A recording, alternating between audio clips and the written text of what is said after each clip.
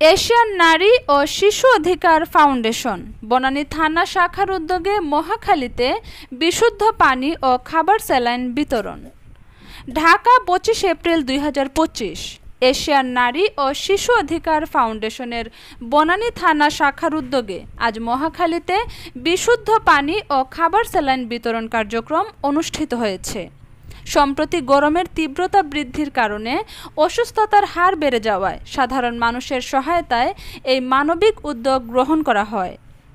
ফাউন্ডেশনের নেতৃবৃন্দ জানান, প্রখর রোদ ও তাপদাহের কারণে কর্মজীবী মানুষসহ পথচারীদের মাঝে পানিশূন্যতা দেখা দিচ্ছে, তাই সাধারণ মানুষের পাশে দাঁড়াতেই এই কার্যক্রম হাতে নেওয়া হয়েছে। উক্ত আয়োজনে স্থানীয় জনসাধারণ স্বতঃস্ফূর্তভাবে অংশগ্রহণ করেন এবং ফাউন্ডেশনের এমন উদ্যোগকে সাধুবাদ জানান। ফাউন্ডেশনের পক্ষ থেকে জানানো হয়, ভবিষ্যতেও এ ধরনের জনসেবামূলক কার্যক্রম অব্যাহত থাকবে।